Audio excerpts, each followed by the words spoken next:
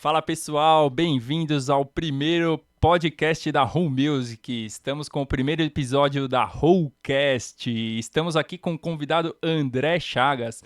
André Chagas é músico há mais de 20 anos, é professor aqui da Whole Music. E a gente vai conhecer um pouquinho mais da história dele aí, da trajetória na música, como ele começou, o que ele faz agora. André, primeiramente, bem-vindo aí. E me conta um pouco mais aí do seu início na música, cara. Como é que foi? Priori. Cara, pra mim é um prazer estar aqui com você, né? Aqui na Whole Music, nessa estreia, né? Estreando essa caminhada que eu acredito que vai ser longa, Oh, né? se Deus Se Deus quiser. quiser, Uau. eu acho não, eu tenho certeza, né? A gente só pede a bênção de Deus para esse caminho ser mais facilitado aí, né? Aham. Bom, eu comecei, Priori, com a música ainda criança, né? Meu pai, naqueles tempos, vou falar dos anos, final dos anos 80, né? O meu pai, ele gostava de jogar, sabe, esses jogos, rifa, esses negócios, né? Na época, alguém colocou um violão na rifa, né, bicho? Por minha sorte, meu pai ganhou esse violão, sabe, bicho? Aí eu olhei aquele instrumento, digo, porra, bicho, esse negócio aí é pra mim, né? E não sei se eu já tinha visto algum violão, talvez só na TV, né? Eu vim de um lugar assim, hoje está desenvolvido, está mais desenvolvido. Antes era mais difícil, né? Mais precário. Né? Pernambuco, Jaboatão dos Guararapes. Um abraço pro pessoal de lá, meus amigos, amigos de infância, né? O pessoal da igreja. É terra boa, viu, Priori? Terra boa. Oh, imagino, E, imagino. e quando eu vi aquele instrumento, eu não me contive, bicho. Eu digo, fui lá pedir pro meu pai queria vender. Porque eu tinha o quê? Eu tinha de 8 para 9 anos. Ele achava que aquilo ali, né? Sabe como é que é? Antigamente o povo não entendia muito bem essa parte musical, como é hoje, né? Hoje você vê uma criança com um instrumento, fala, olha, tem futuro, tal.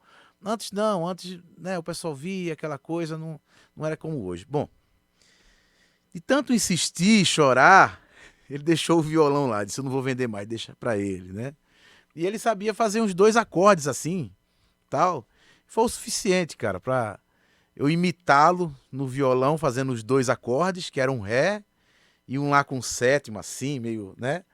Uma pestaninha aqui na segunda casa e o segundo dedo na primeira corda da terceira casa. Uma coisinha bem assim, era legal o som. É legal, né? E foi o suficiente para, na trajetória, eu ter acesso à revistinha de banca de jornal. Muito autodidata, né? Tudo era muito difícil na época. Não conhecia ninguém que tocava assim. Eu acho que depois de uns 2 anos, um amigo do meu pai pediu um violão emprestado e ele levou o violão no bar, assim, perto de casa, né? O cara tocava violão. Eu perguntei meu pai, quem é esse aí, pai? Esse aí é o Samuel.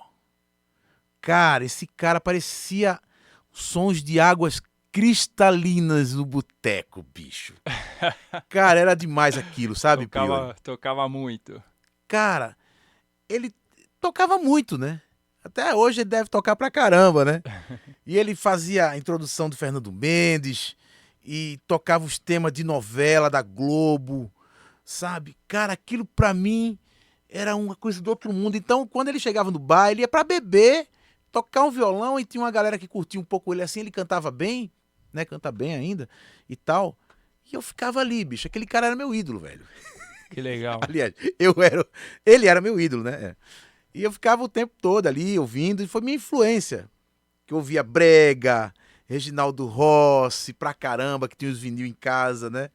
E aí eu comecei a aprender algumas coisas, às vezes ele me ensinava um acorde diferente. E daí por diante, bicho, vou resumir, né? Vou resumir um pouco, senão a história, né? É, eu fui na igreja, né? Eu sou da igreja. Eu fui nascido e criado na igreja congregacional, minha mãe me levava, né? Desde criança. Lá tinha música, mas era uma música assim meia tímida, porque é igreja tradicional, né? Pessoal, né? comportamento assim e tal. Cara, eu fui na Assembleia de Deus, cara. Quando eu vi aquele movimento, a turma tocando, eu digo, é aqui que eu quero. Foi da hora, cara. Eu cheguei na igreja, o pessoal me acolheu, né? Jovem e tal. Não, André, meu pai conhecido, né? E tal. E aí o pessoal me acolheu e me deram a oportunidade, assim. Eu fui aprendendo a tocar, fui aprimorando, né? Aprimorando na igreja, né? Uhum. Como eu acredito que a maioria dos músicos hoje, eu não sei, né? Mas até um tempo, eu acredito que até um tempo a maioria dos músicos vieram da igreja. Sim, muita gente começa na igreja. Devido a essa facilidade, esse acesso aos instrumentos, né? Sim. Sempre tem alguém que toca mais aí. Aí Aham, você vai, aham. cara, aí começou daí. Começou daí o negócio, cara. É um network, né? O pessoal vai É. lá, toca na igreja, não sei muito bem, mas vem pra banda aqui, aí vai começando, aí depois vira o principal, e aí você faz bastante amizade também, né? Bem legal. Ah, foi muito, pra mim, cara, foi muito importante pra mim esse tempo. Até estudar com o Maestro Pinheiro, né? Lá no antigo clube jabatonense, ele ia sozinho com a pasta, agitadão, cabeludão assim. Chegava lá e me ensinava a partitura, tal.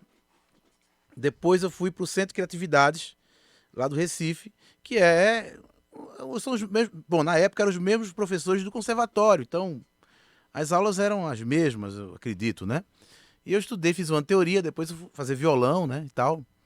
E aí, depois desse período de estudo, eu fui para a noitada, né? Fui trabalhar profissionalmente, né? E tocava, ensaiava com o pessoal da Casa Cultura, com os parentes do Maestro Duda, do Recife, lá, do Vassourinha. Sabe qual Uhum, que é? uhum. Do carnaval lá, aquele negócio. E eu, na época, o pessoal da época, né? Aí eu me entrosei, aí fui pra Conexão Sertaneja, que na época tava um sucesso. E eu fui tocar guitarra, né, bicho? Então aí começou o negócio. Eu já dava aula em 98, eu acho, pra uma galera assim da igreja Nova Ipiranga, né? Isso no Recife. Do lado da estação Santa Luzia, Mangueira. Do lado da estação Mangueira de metrô, fica a estação Nova Ipiranga, a estação não, a igreja. E eu comecei lá e tal, conhece um, conhece outro, tal, não sei o quê. E na época dei aula, o pessoal, ó, bicho, 98, acho que já dava, sabe, uma sala cheia, já o pessoal da igreja fazendo aula, e eu já tava lá. Minha vida, até meus 20 e poucos anos, era muito estudo, né? Estudo musical, teórica, essas coisas, né? Que eu me apaixonei por música, né, bicho? Até você falou, né, que o pessoal de Recife, por causa do frevo, os guitarristas tinham que ser muito virtuosos, né? Conta um pouquinho mais aí. Era, cara, era. Os meus colegas, né, músicos, né, diziam, fulano de tal tem que tocar rápido, né? Porque tocar devagar, você pegava uma bandinha pra tocar, você tinha que solar uns frevos, né? Porque tinha uns trabalhos que não dava pra pagar metal, né? Aí o guitarrista fazia o solo, né? Do pessoal dos metais, aquela coisa toda, tem que ter uma velocidade pra fazer aqueles solos lá, senão não dava conta, né? E é E rápido demais, né? era rápido, bicho. Era rápido. Bom, e depois dos 21 anos, eu vim para São Paulo, contratado para trabalhar na choperia aqui em Barueri, que era a antiga choperia Friuli, né? E passei lá meus 11 anos de choperia Friuli. E depois eu segui firme com essa prática de estúdio, né? Onde eu já gravava em Pernambuco também, no estúdio do antigo Batata, não sei nem se existe mais esse estúdio. Trabalhei com o Robson no estúdio de um cantor gospel famoso chamado Ezequias de Oliveira, lá em Abreu Lima. Na época, eu trabalhava guitarra, mas eu era rato de estúdio, dormia no estúdio. A gente virava a noite lá, no outro dia. Uma fase, Paulo, que era a fase dos CDs, sabe? O pessoal comprava CD do Paraguai e vinha aqueles discos e tipo de uma caixa de CD, você aproveitava 10%, o resto descascava. Não sei se você pegou esse tempo aí. Sim, sim. Cara, Aham. eu peguei essa época aí, era muito legal porque era divertida a situação, pra mim era tudo novo, né? E essa coisa de gravar e o técnico, o Robson, meu amigo Robson, até a última vez que eu consegui falar com ele, ele era pastor da Universal. Tava na igreja. tinha virado pastor, músico, né? Tecladista. Não tinha conhecido ninguém melhor que esse cara. Improvisava tudo, tocava tudo. E antes ele nem conhecia muitos acordes, os nomes. Mas só de ouvir ele fazia. Eu acho que ele tinha ouvido absoluto, cara. É mesmo. Será possível, cara? Era demais, sabe? Era É fera. uma figurinha. O cara, gente fina, ele, a Lucilena, a esposa dele, que me acolheram, a mãe, a dona Alda, aquela turma toda lá. Eu tenho um amor, assim, um carinho muito grande pelo pessoal de lá, né? O pessoal me acolheu muito bem lá. Como aqui em São Paulo também, né? Uhum. Eu cheguei aqui em São Paulo, o pessoal me acolheu, me abraçou, me deu oportunidade e eu não desperdicei, hein, Priori? Não É. desperdicei, né? E graças a Deus, de todos os caminhos, Jandira, Djalma, escola de música, espaços importantes, interessantes também que eu fui acolhido, né? E hoje estou aqui na Whole Music, né? Junto com o Paulo É um Priori, prazer, é um prazer. com esses anos vivendo de música, a trancos e barrancos, em meio às facilidades, dificuldades, altos e baixos, aprendendo, cada Sim. dia sofrendo menos, né? E eu fui pondo em prática e hoje eu consigo viver de música, a priori, Isso é sabe? legal, né? Hoje eu consigo pagar minhas contas, manter o carrinho, né? Chego em casa, não falta nada, as coisas continhas em dia. Eu acho que, assim, pra mim, tá legal pra caramba. Pode melhorar. E com fé em Deus vai melhorar. Sim. Mas até agora eu tô feliz. Eu tô feliz por ter conseguido muitas coisas, proporcionar bem-estar às minhas filhas, né? A minha esposa também. E praticar o que eu amo, o que eu gosto, né? Então, até aproveitando aqui, né?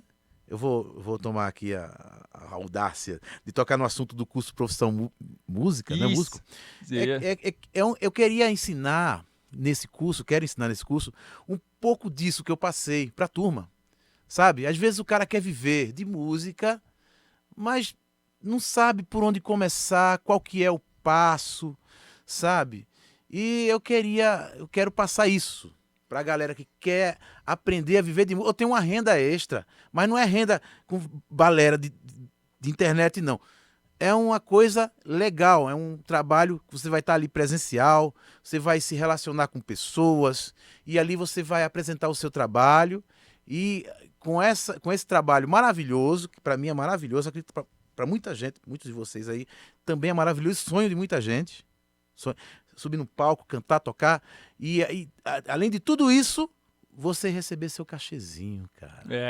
Hein, Priori? Fala aí, Aí não é é legal? ótimo, né? Pô, esse curso então vai mostrar o passo a passo para você se tornar um músico profissional, né? É o que você falou, viver de música mesmo, De né? música. E também, ou se não, você tirar um extra, né? Ser uma segunda fonte de renda, de repente, né? Que às vezes você consegue complementar, né? Legal.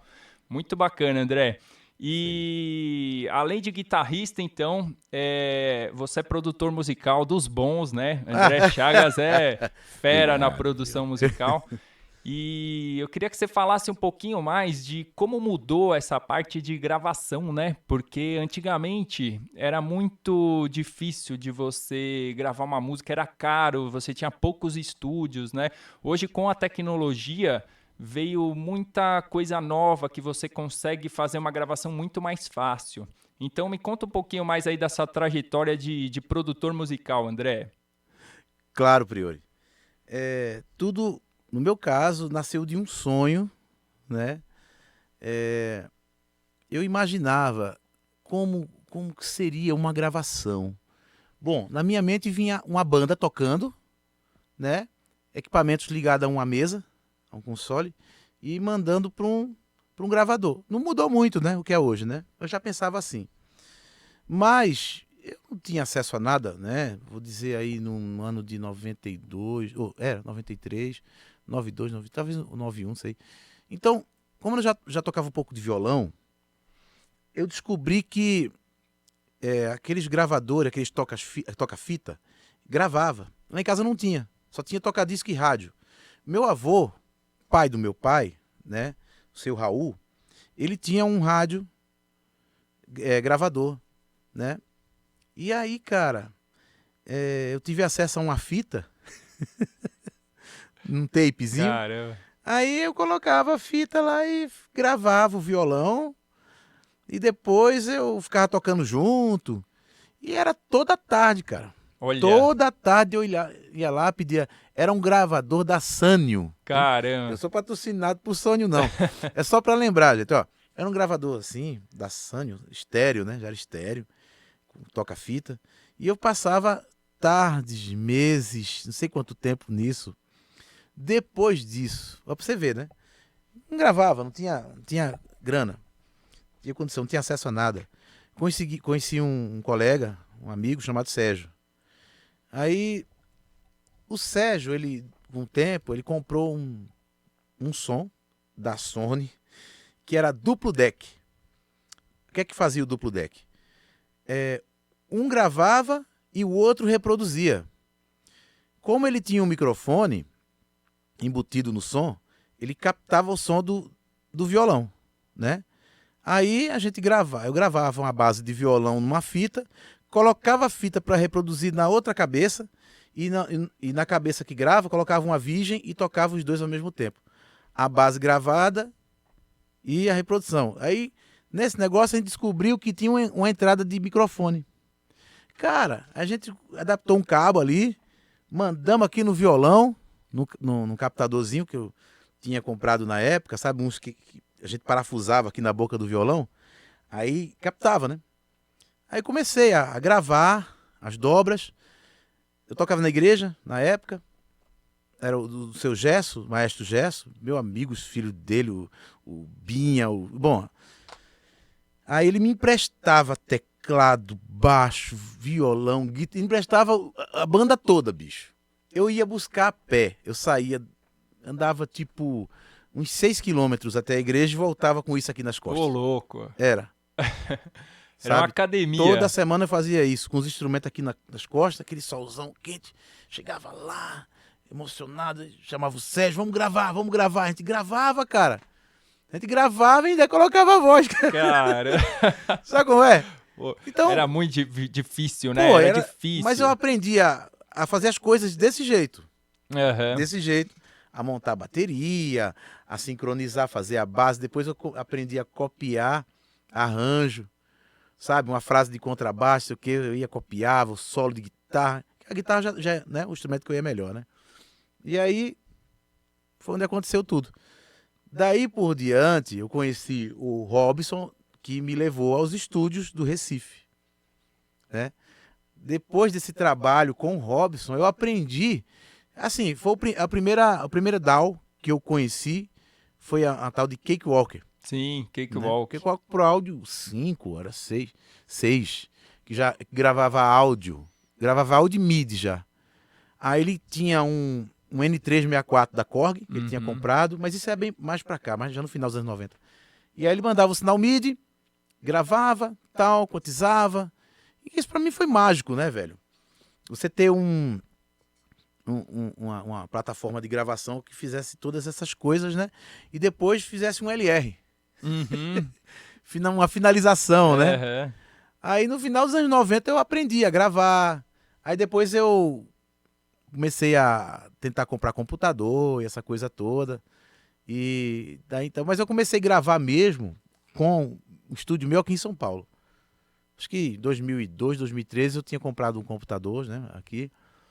E eu tinha esses programinhas, eu instalei, aí depois eu fui pro Cubase, no Endo e tal.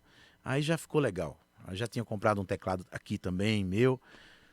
Aí eu comecei a oferecer esse trabalho, né? Uhum. Aí tinha uma escolinha de música na cidade de Jandira. Já, eu cheguei lá, falei que gravava, ele não acreditou muito em mim, porque era muito novo, muito, né, cabeça virada. Aí ele, não, mas traz aí, vamos ver. Eu comecei a gravar, ele achou legal. Eu falei, grava aí, cara. Vai gravando aí, vai desenrolando aí, que é interessante, né? Aham. E aí foi onde eu aprendi. Depois eu vim aqui pro Alphaville, o centro comercial aqui, já com o meu, uma parceria de Silomar e Dal, irmão da suíte lá da Presbiteriana de Jandira. Aí a gente fez uma parceria, eu passei, eu acho que um ano e meio, 2 anos aqui. Depois o estúdio fechou, aí eu achei por bem aventurar sozinho em Itapevi, montei o estúdio lá. Depois eu fui para Jandira de novo, lá com o Djalma, até a pandemia. Até a pandemia. Mas eu gravei muita gente, né? Inclusive aqui no Alphaville, eu gravei o Ciro. Ciro Aguiar. Conheci o Ciro Aguiar. É. Aí gravou a turma do Éramos Todos Jovens, do ano de 2009. Ó, veja o salto.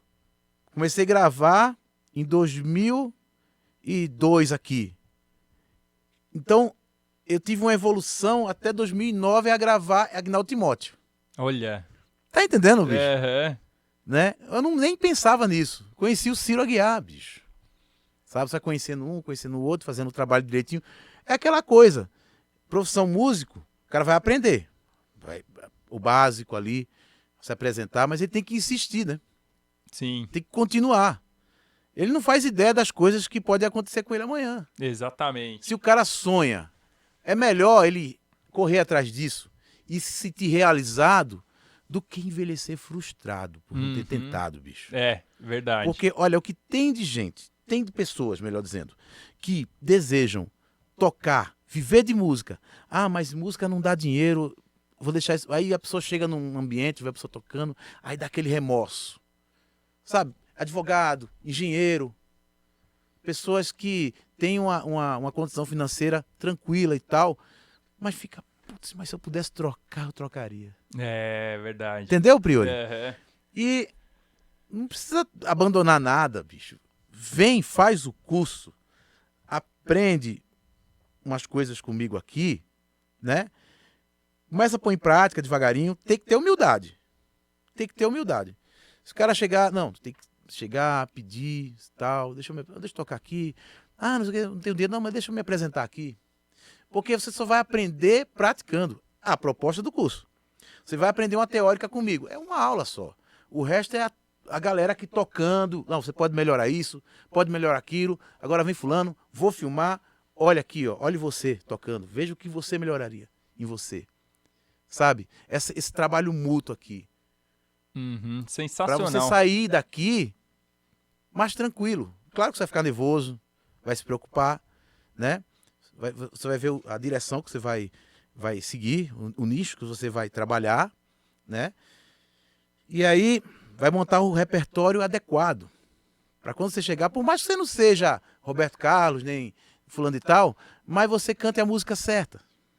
O repertório, Priori, você sabe disso. Importantíssimo, né? O repertório é a peça-chave do negócio. Importantíssimo. Você ter o repertório certo, cara, matou a pau.